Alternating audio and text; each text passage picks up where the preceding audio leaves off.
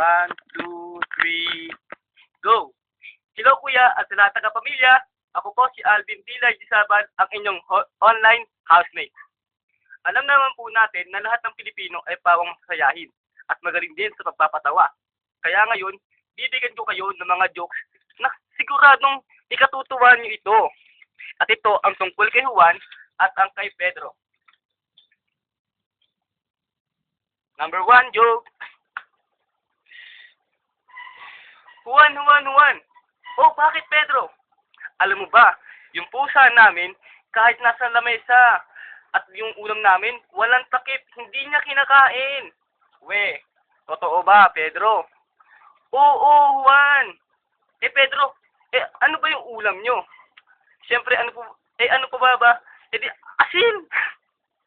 Well, okay. Then, number 2 jokes, ang tungkol naman sa bansang Spanish. Spanish? Sagit lang. Di ba salita yun? Okay, eto na. Ang Spanish. Kay Juan at kay Pedro. Pedro! Oh, bakit Juan? Bigyan mo ako ng salitang English at itatranslate ko sa Spanish. Talaga? Oo! Kayang-kaya ko yun. Okay, sige, ito, Juan. Bibigay ko sa'yo. What is more important? Mind or heart? Hay nako, Pedro. Madali lang yan. Yan sagot, Spanish! Oh. Okay, number 3, jokes. Kay Amo at kay Inday. Inday! Oh, bakit po yun, kuya? Tatanggal mo ba yung mancha sa barong ko? Ay, kuya, tanggal na tanggal. Oh, ano pinantanggal mo? Kuya, gunting po. Well, alam ko naman nabitin kayo sa mga jokes ko. Kaya ngayon, hindi pa tapos. Meron pa akong 2 knock-knock. Sige, ito ang una kong knock-knock. Say, knock-knock. Knock-knock. Who's there? Back to me. Come back to me.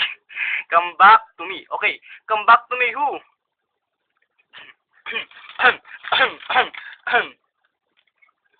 Come back to me, Bok, ang puso.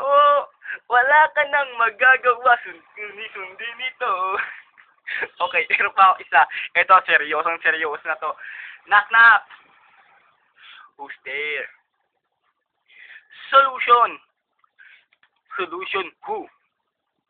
Solusyon sa Visayas at sa Mindanao, saan masulok ng mundo, makakasama nyo, nagbibigay saya sa bawat isa at naghahatid ng kakaibang ligaya. Yun po. Salamat po sa lahat ng nakikinig at sa din kuya, maraming salamat po. Naway, nabigyan ko kayo ng kahit paanong ngiti sa inyong mga labi. Salamat po!